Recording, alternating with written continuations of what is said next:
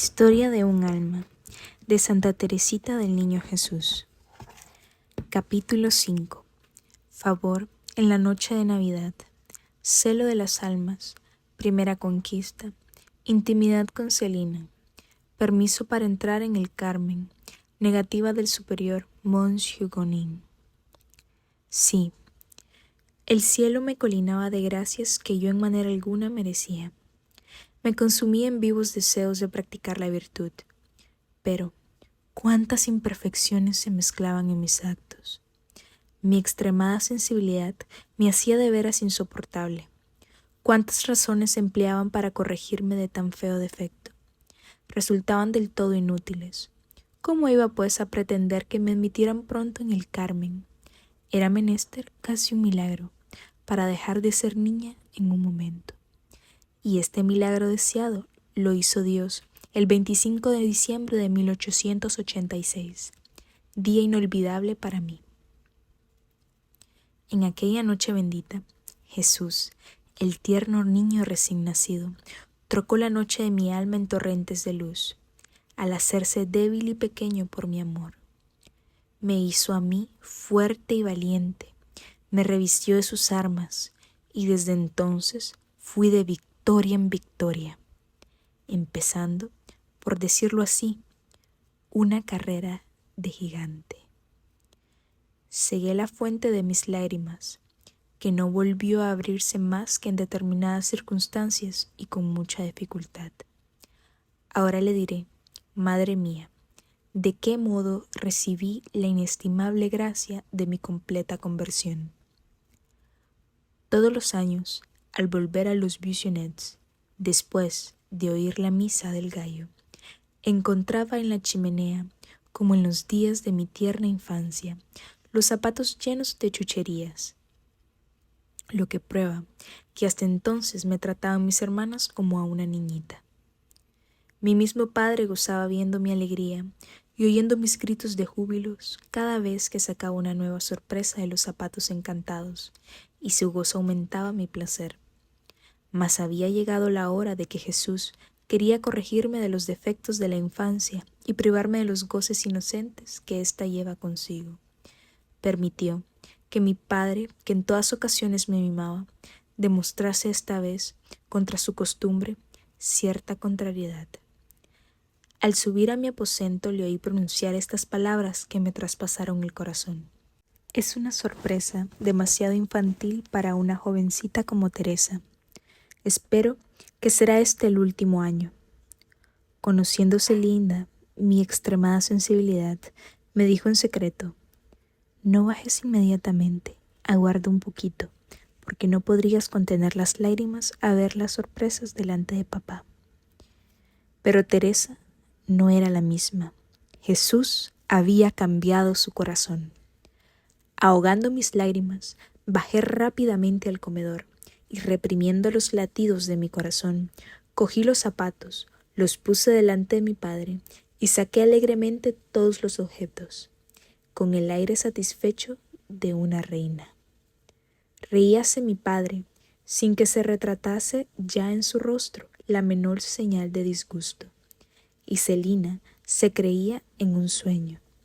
Felizmente era una dulce realidad.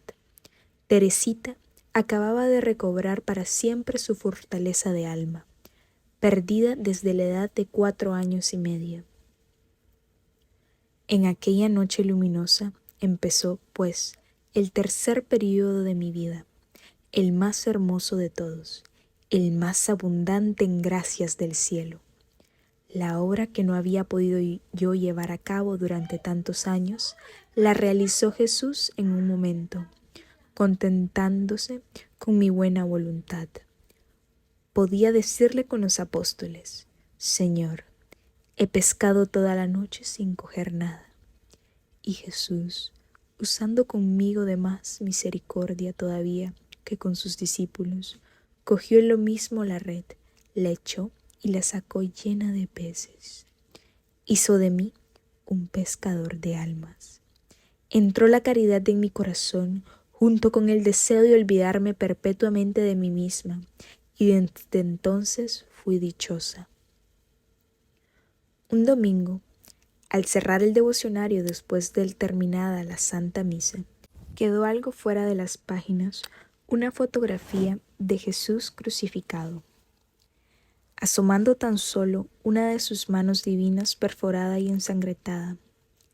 A su vista, experimenté un sentimiento nuevo, inefable. Partióse mi corazón de dolor al contemplar aquella sangre preciosa que caía en tierra, sin que nadie se apresurase a recogerla, y resolví permanecer siempre en espíritu al pie de la cruz, para recibir el rocío divino de la salvación y esparcirlo sin pérdida de tiempo en las almas. Desde aquel día, el grito de Jesús moribundo, «Tengo sed», resonaba cada instante en mi corazón y lo encendía con un ardor vivísimo. Hasta entonces, para mi desconocido, anhelaba dar de beber a mi amado. Sentíame yo también, devorada por la sed de almas, y a todo trance quería arrancar a los pecadores de las llamas eternas. Para estimular mi celo, no tardó en demostrarse el buen maestro que mis deseos le eran agradables. Oí hablar de un gran fascineroso llamado Pranzini, condenado a muerte por crímenes horrendos. Su impenitencia hacía temer la condenación eterna de su alma, y quise evitar este mal irremediable. A este fin, empleé todos los medios espirituales que pude imaginar, y convencida de que nada lograría por mí misma, ofrecí por su rescate los infinitos méritos de nuestro Señor y los tesoros de la Santa Iglesia. ¿Me atreveré a decirlo? Sentí en lo íntimo de mi corazón la certidumbre de que mi ruego sería escuchado. Mas con el fin de cobrar ánimo para proseguir la conquista de las almas, hice esta ingenua oración. Dios mío, tengo la seguridad de que perdonaréis al desdichado Pranzini. Lo creeré aún que no se confiese ni de señal alguna de contrición. Tanta es mi confianza en vuestra infinita misericordia. Pero, Señor, es el primer pecador que os encomiendo. Por tanto, os suplico que me concedáis tan solo una señal de su arrepentimiento para consuelo de mi alma. Mi oración fue atendida al pie de la letra. Mi padre no nos dejaba leer nunca los diarios. Sin embargo, no creí desobedecer mirando las noticias concernientes a Pranzini. Al día siguiente de su ejecución, abrí con afán el periódico, La Cruz, y ¿qué vieron mis ojos? Mis lágrimas delataron mi emoción, por lo que tuve que retirarme para ocultarlas. Pranzini había subido al candalzo sin confesión, sin absolución. Ya los verdugos lo arrastraban hacia la fatal guillotina, cuando, tocando de pronto por súbita inspiración, volvióse, cogió el crucifijo que le presentaba el sacerdote y lo besó por 3 veces sus sagradas llagas. Había obtenido, pues, la señal deseada, mas aquella señal era dulcísima para mí. Por ventura no había penetrado en mi corazón la sed de las almas al contemplar las llagas de Jesús, al ver correr su sangre divina. Quería darles a beber esta sangre inmaculada, para que las purificase de todas sus manchas. Los labios de mi primer redimido posáronse en aquellas divinas llagas. Inefable respuesta. A partir de aquel beneficio tan singular, aumentó en mí cada día el deseo de salvar las almas. Parecía oír a Jesús decirme en voz baja como a la samaritana, «Dame de beber». Era un verdadero cambio de amor. Vertía yo en las almas la preciosa sangre de Jesús y se las ofrecía después a este divino Señor refrigeradas con el rocío del Calvario. De este modo, pretendía yo apagar su sed, pero cuanto más le daba de beber, más grande era la sed abrasadora de mi pobrecita alma. Mas yo aceptaba esta sed como la más deliciosa recompensa que pudiera apetecer. En muy corto espacio de tiempo, me había sacado el Señor del estrecho círculo en que vivía, haciéndome dar el paso decisivo. Mas ¡ay! Me quedaba que recorrer todavía un largo trecho. Aligerada de sus escrúpulos y de su excesiva sensibilidad, se desarrolló mi alma.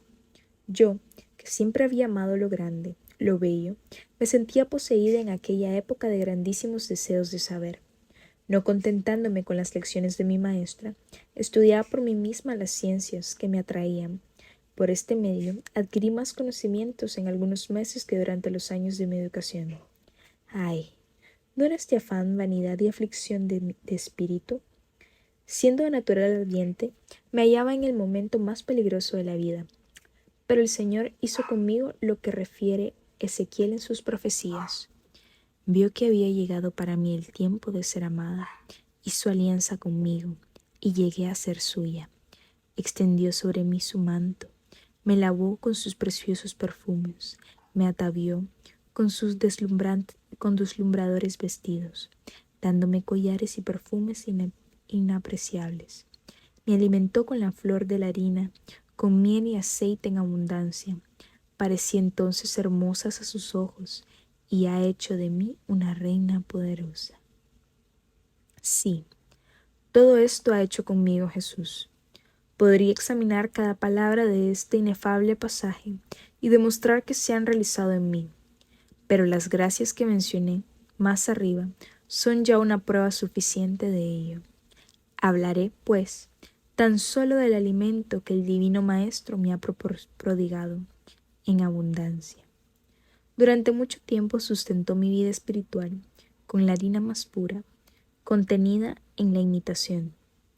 Fue este el último libro que me produjo algún bien, pues mi alma no había descubierto todavía los tesoros ocultos en el Santo Evangelio. Jamás separaba de mí un instante aquel librito, por lo cual se reía mi familia, y aun a veces mi tía, abriéndolo al acaso, hacíame recitar el primer capítulo que le venía a mano. Cuando a los 14 años se desarrolló en mí la afición a los estudios, juzgó Dios prudente añadir a aquella harina purísima miel y aceite en abundancia, haciéndomelos gustar en las conferencias del reverendo señor Argimón sobre el fin del mundo presente y los misterios de la vida futura. Esta lectura comunicó a mi alma algo así como una felicidad celestial. Presentía ya la que reserva a Dios a los que le aman, y al considerar la desequilibrada proporción que existe entre las eternas recompensas y los insignificantes sacrificios de esta vida, deseaba ardientemente amar a Jesús con pasión y darle 1000 pruebas de ternura, mientras podía hacerlo todavía. Era Celina la confidente íntima de mis pensamientos, particularmente desde el día de Navidad. Jesús, que deseaba que camináramos juntas, unió nuestros corazones con vínculos más poderosos que los de la sangre. Hizo que fuésemos verdaderamente hermanas de alma. En nosotras se realizaban las palabras de nuestro Padre San Juan de la Cruz en su cántico espiritual. A sagaza de tu huella, las jóvenes discurren al camino, al toque de centella, al adobado vino, emisiones de bálsamo divino. Sí, corríamos en paso ligero tras las huellas de Jesús y las abrasadoras chispas que iba prendiendo Él en nuestras almas. El vino delicioso y fuerte que nos daba a beber nos apartaba de las cosas pasajeras de la vida. De nuevos labios brotaban aspiraciones embalsamadas de amor divino. Con qué delicia recuerdo nuestras conversaciones de entonces. Cada noche subíamos juntas al mirador. Ahí perdíase nuestra vista en el azul indefinido del cielo tachonado de estrellas de oro. Creo que recibíamos muchas gracias, según dice la imitación. Dios se comunica a veces en medio de vivo resplendor, a bien suavemente, velado bajo sombras y figuras. De este modo se dignaba manifestarse a nuestros corazones. Mas, cuán sutil y transparente era aquel velo. No era posible dudar. Ya la fe y la esperanza abandonaban nuestras almas. El amor nos hacía hallar en la tierra a aquel a quien buscábamos.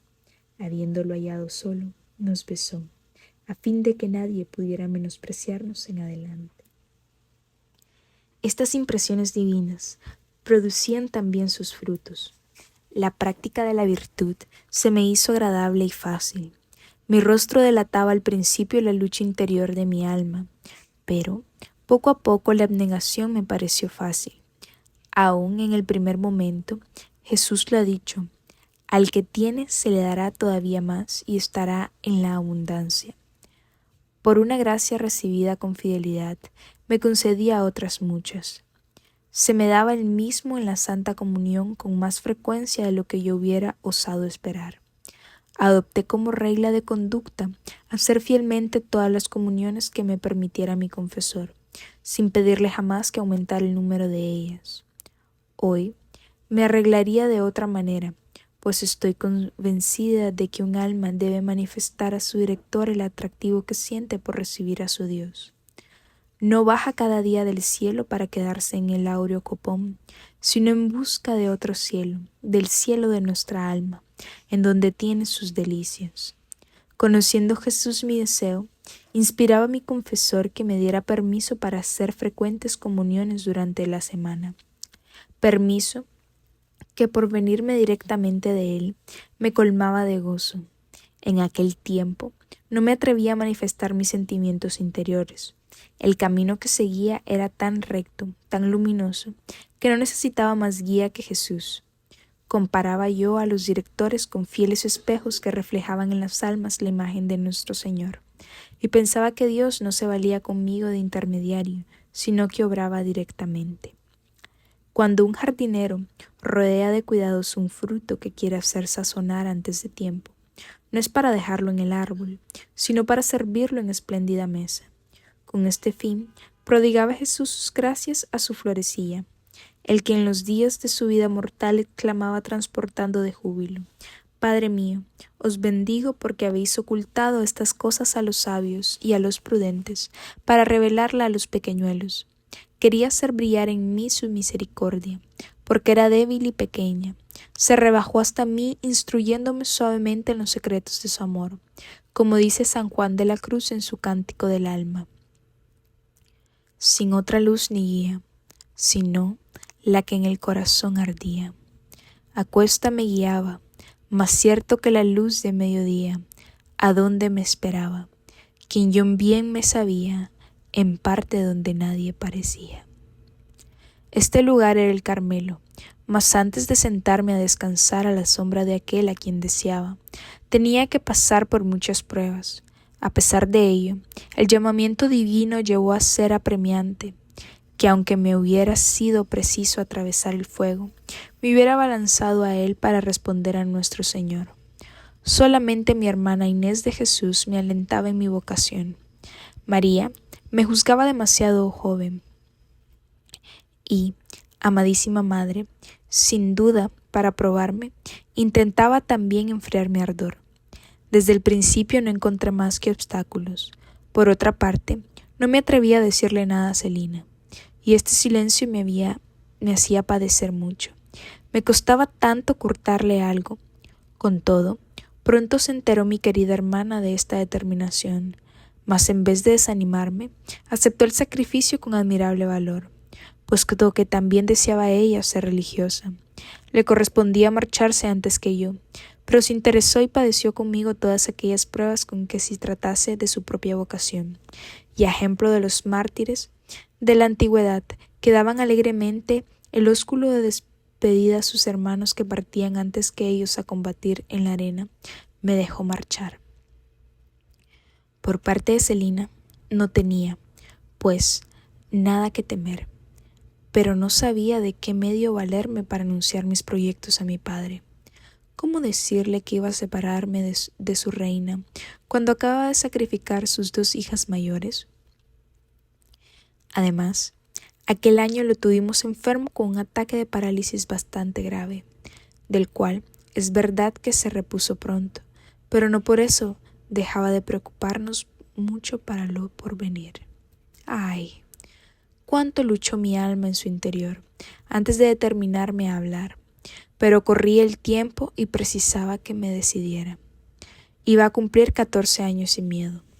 Solo faltaban 6 meses para la hermosa noche de Navidad, y yo estaba decidida a entregar en el Carmen a la misma hora en que un año antes había recibido la gracia de mi conversión.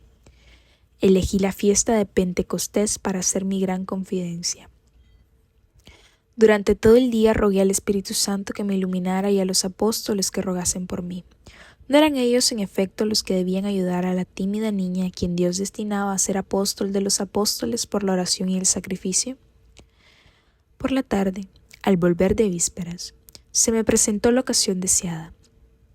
Fue mi padre a sentarse en un banco del jardín, y ahí, con las manos cruzadas, contemplaba las maravillas de la naturaleza.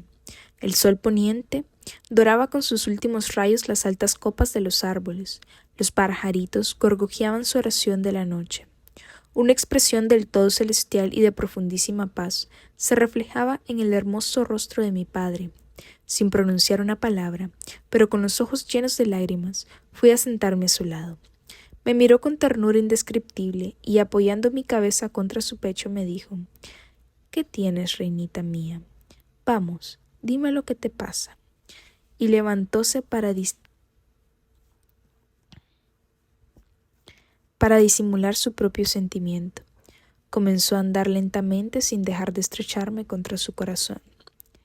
Anegada en lágrimas, le hablé del Carmelo y le manifesté mis deseos de entrar en él muy pronto. Entonces lloró él también, pero nada me dijo que pudiese desviarme de mi vocación. Solo me hizo observar que era aún demasiado joven para tomar una determinación tan importante. Mas como insistiese en defensa de mi causa, el natural recto y generoso de mi incomparable padre se dio muy pronto por vencido. Después de haber desahogado mi corazón, continuamos largo rato en nuestro paseo. Mi padre ya no lloraba. Antes bien, me hablaba como pudiera hacerlo un santo. Acercándose a un muro poco elevado, mostróme unas florecillas blancas que parecían lirios en miniatura, y cogiendo una de ellas, me la dio explicándome con qué cuidado la había hecho florecer el Señor y la había conservado hasta aquel día. Tan sorprendente era el parecido entre la florecilla y Teresita, que creí oír referir mi historia, por lo que recibí aquella florecilla como una reliquia. Noté que al cogerla, mi padre la había arrancado de raíz sin romperla.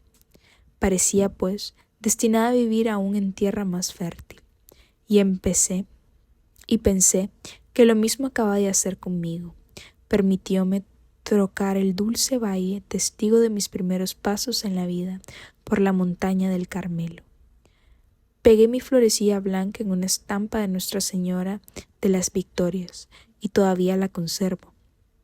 La Virgen Santísima le sonríe, y el Niño Jesús parece sostenerla en su manita. Pero el tallo se ha partido muy cerca de la raíz, como si quisiera Dios avisarme con esto, que romperá muy pronto las ligaduras de su florecita, y no la dejará marchitarse en la tierra. Con el consentimiento de mi padre, creía que podía volar sin dificultad al Carmen, mas ay, al comunicarle a mi tío mi resolución, declaró que le parecía contraria a la prudencia humana mi entrada en el Carmen a los 15 años. Opinó que consentir que una niña abrazara esta vida tan austera era perjudicar a la religión, y terminó añadiendo que, por su parte, se opondría resueltamente a ello, y que, a menos que interviniese un milagro, no cambiaría de opinión. Convencida de que todos los razonamientos serían inútiles, me retiré con el corazón sumido en la más profunda amargura. La oración era mi único consuelo. Le suplicaba al Señor que hiciera el milagro que le pedía, puesto que solo a tal precio podría yo responder a su llamamiento. Transcurrió bastante tiempo. Parecía que mi tío se había olvidado de nuestra conversación, pero supe más tarde que le sucedía todo lo contrario, pues yo le preocupaba en gran manera. Antes de permitir que luciese en mi alma un rayo de esperanza, quiso enviarme el Señor por espacio de 3 días Otro dolorosísimo martirio. Ay, nunca como entonces me hice cargo de la amargura de la Virgen Santísima y de San José al buscar al divino niño perdido por las calles de Jerusalén. Me hallaba en una soledad espantosa, o, antes bien, se asemejaba mi alma al frágil esquife abandonado sin piloto a merced de las tempestuosas ondas. Sé que Jesús estaba ahí durmiendo en mi barquilla, pero ¿cómo verle a través de la oscuridad de tan sombría noche? Si hubiera estallado abiertamente la tempestad, quizás algún relámpago hubiera rascado las densas nubes de mi alma, y, a su triste claridad, hubiera visto por un instante al amado de mi corazón. Mas, no. Era la noche lóbrega y profunda, el desamparo completo, una verdadera muerte. Como el Maestro Divino, en el huerto de la agonía, me sentía sola, sin encontrar consuelo ni en el cielo ni en la tierra. La naturaleza parecía tomar parte en mi amarga pena.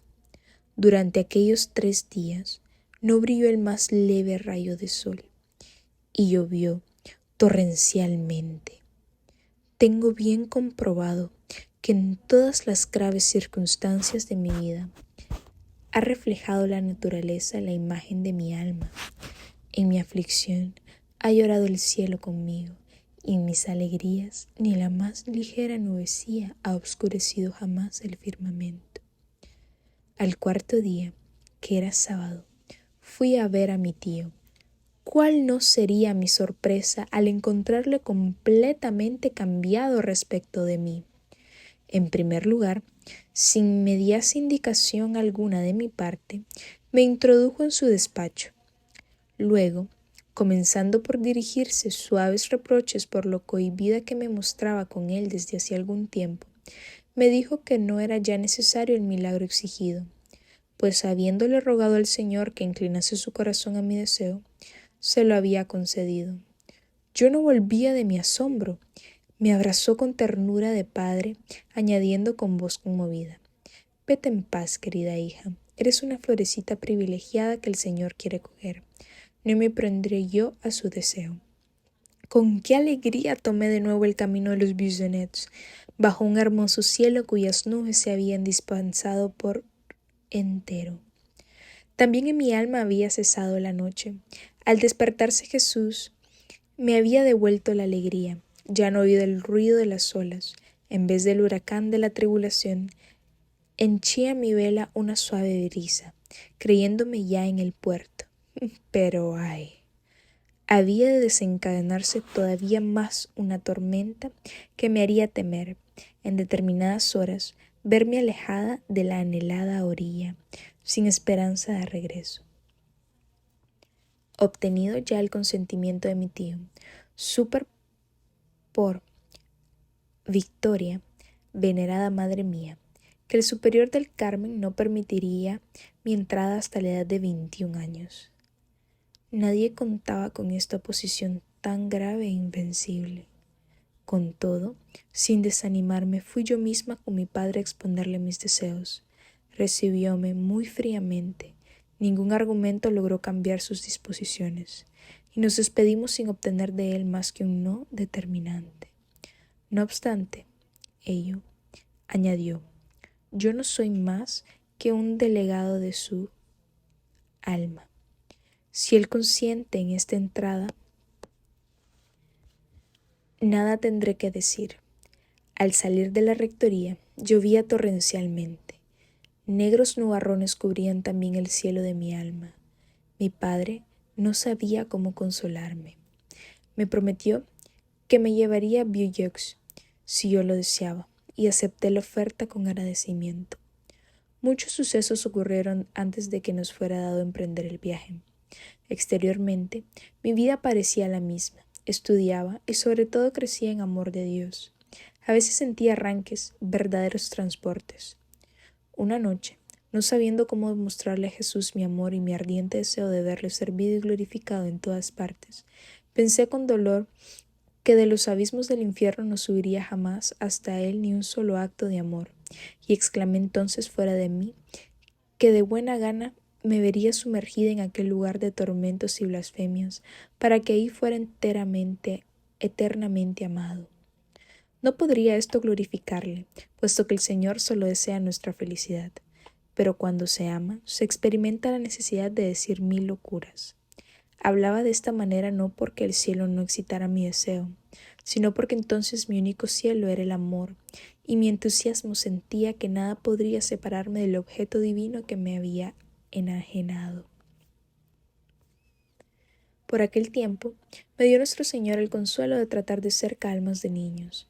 He aquí que en circunstancias durante la enfermedad de una pobre madre de familia, tomé a mi cargo sus 2 niñas, la mayor de las cuales contaba solo 6 años. Era para mí un verdadero gusto ver con qué candor creían todo cuanto yo les decía. Concibiese fácilmente cuán profundo ha de ser el germen de las virtudes teologales depositado por el santo bautismo en las almas, puesto que ya en la infancia la esperanza de los bienes futuros induce a aceptar los sacrificios. Cuando quería ver a mis 2 niñitas muy avenidas entre sí, en vez de prometerles juguetes y dulces, les hablaba de las recompensas eternas que dará el niño Jesús a los niños buenos. La mayorcita, cuya razón comenzaba a desarrollarse, me miraba con expresión de intensa alegría, y me hacía 1000 preguntas encantadoras acerca del niño Jesús y de su hermoso cielo. Me prometí enseguida con entusiasmo que cedería siempre en todo a su hermanita, añadiendo que jamás olvidaría las lecciones de la que la señorita grande, como me llamaba. Comparaba a estas almas inocentes con una cera blanca, en la cual puede grabarse con facilidad cualquier señal. ¡Ay! Por desgracia, así de mal como el del bien, por esto comprendí las almas de Jesús, que más le valdría a uno ser precipitado en el mar que escandalizar a uno de solo estos pequeñuelos. ¡Ay! ¿Cuántas almas llegarían a muy elevada perfección si desde el principio fuesen bien dirigidas? Sé que Dios no necesita de nadie para llevar a cabo su obra de santificación, mas así como permite a un hábil jardinero cultivar plantas raras y delicadas, procurándole la ciencia necesaria a este objeto, pero reservándose el cuidado de fecundizarlas, del propio modo quiere ser secundado en la divina cultura de las almas. ¿Qué sucedería si un horticultor poco hábil injertara mal sus árboles o no supiera distinguir la naturaleza de cada uno? Si no quisiera, por ejemplo, hacer brotar rosas en un melocotonero. Tráeme esto a la memoria que en otro tiempo tenía yo entre mis pájaros un canario, que cantaba admirablemente, y también un pardillo, al cual había criado desde su salida del nido, prodigándole particulares cuidados. Este pobrecito prisionero, privado de las lecciones de música de sus padres, y no oyendo desde la mañana a la noche más que los alegres trinos del canario, quiso imitarle un día. Difícil empeño para un chorlito. Era curioso ver los esfuerzos del pobrecillo, cuya dulce voz tan mal se acomodaba a las vibrantes notas de su maestro. Lo consiguió, sin embargo, con gran sorpresa mía, y su canto llegó a ser enteramente igual al del canario.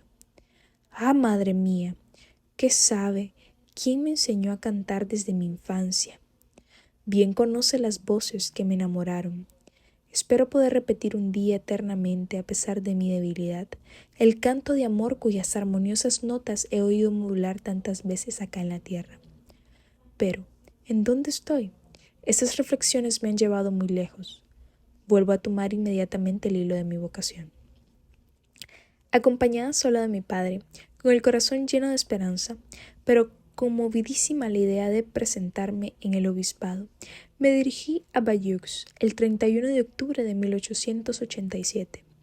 Por vez primera en mi vida iba a hacer una visita sin acompañada de mis hermanas, y esta visita era nada menos que a un obispo. Yo, que solamente tomaba parte en las conversaciones para contestar a las preguntas que me hacían, había de explicar y desenvolver las razones que me movían a solicitar mi entrada en el Carmen, de manera que quedase manifiesta la solidez de mi vocación. Cuánto me costó vencer mi timidez, a cuán verdad es que el amor no encuentra jamás imposibles, porque cree que todo lo puede y que todo lo es permitido. En efecto, solo el amor de Jesús pudo decidirme a desafiar estas dificultades y todas las que siguieron, pues tuve que comprar mi felicidad a costa de grandes pruebas. Claro, es que hoy me parece haberla pagado a muy poco precio, por lo cual estaría dispuesta a soportar penas 1000 veces más amargas que las pasadas para adquirirla, si aún no la hubiese conseguido. Cuando llegamos al obispado, parecía que se habían abierto todas las cataratas del cielo. El vicario general, señor Rebon, que había fijado por mí mismo la fecha de mi visita para aquel día, mostróse muy amable, aunque algo sorprendido, al notar las lágrimas que se agolpaban a mis ojos. Me dijo: «Ah, veo brillar diamantes. Cuidado con enseñárselos a su excelencia». Atravesamos grandes salones, ante cuya grandiosidad me consideraba yo como una hormiguita, mientras revolvía en mi interior lo que me atrevería a decir. Paseábase en aquel momento el señor obispo por una galería en compañía de 2 sacerdotes. Acercase el señor vicario general, cambiando con él algunas palabras, y a poco entraron los 2 en la habitación en que esperábamos. Había ahí 3 enormes sillones colocados delante de la estufa, en la que chisporroteaba un fuego muy vivo. Al entrar el señor obispo, púsose mi padre de rodillas para recibir su bendición. Después nos hizo sentar su excelencia ilustrísima. El señor Reveroni me ofreció el sillón de en medio. Yo me excusé cortésmente, pero insistió diciéndome que diera pruebas de que sabía obedecer. A estas palabras obedecí sin la menor réplica, y llena de confusión vi que él tomaba asiento en una silla, mientras yo me hundía en aquel sillón monumental donde 4 personas como yo hubieran cabido cómodamente. Mucho mejor que mi personilla, que distaba mucho de estarlo. Esperaba que mi padre tomaría la palabra, pero no fue así, sino que dejó que explicara yo misma el objeto de nuestra visita. Lo hice con la mayor elocuencia que supe, íntimamente persuadida de que una sola palabra del superior me hubiera valido más que todas mis razones. Por desgracia, su posición no abogaba mucho en favor mío. Me preguntó su excelencia si había mucho tiempo en que deseaba entrar al Carmelo. «Oh, sí, monseñor, hace mucho tiempo», le respondí. «Vaya», repuso riendo el reverendo señor Reboreni, «no hará más que 15 años». «Verdad es», repliqué, «pero no quite mucho, pues desde la edad de 3 años he deseado entregarme a Dios». Creyendo su excelencia complacer a mi padre, intentó convencerme de que debía permanecer todavía en algún tiempo a su lado. Pero no sería el asombro y edificación al ver que mi padre tomaba mi defensa, añadiendo con expresión llena de bondad que, como habíamos de ir a Roma con la peregrinación diocesana, yo no vacilaría en hablar del asunto al Padre Santo, si es que no obtenía antes el permiso solicitado. Sin embargo, el señor obispo juzgó indispensable tener una entrevista con el superior antes de darme una respuesta definitiva. Nada podía decirme que me apenara tanto como esto, pues sabía su formal y terminante oposición, de modo que, olvidando la recomendación del señor Reboney, no solo le enseñé los diamantes al señor E, sino que le hice presente de ellos. Monseñor, a quien vi hondamente conmovido, me prodigió caricias como nunca, pero yo las había recibido de él ninguna otra niña. «No estaba todo perdido, querida hijita», me dijo, «pero me alegro mucho de que haga este viaje a Roma con tu buen padre. Así asegurarás más tu vocación. En vez de llorar, tienes que alegrarte.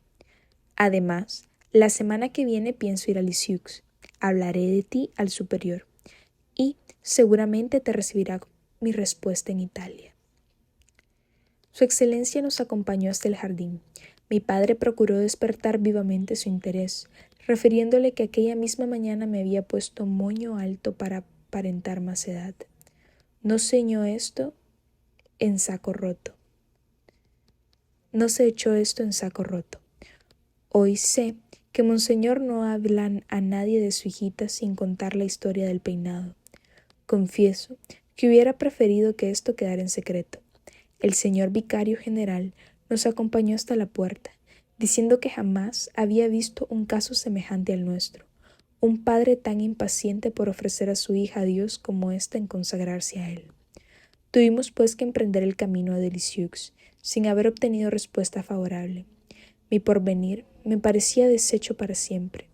Cuanto más se aproximaba el término, más se embollaban mis asuntos. Con todo, siempre conservé en el fondo de mi alma una paz inalterable, porque buscaba tan solo la voluntad de Dios. Muchas gracias por escuchar Historia de un alma de Santa Teresita del Niño Jesús. Dios les bendiga y la Virgen siempre les acompañe. Esperamos en el próximo capítulo.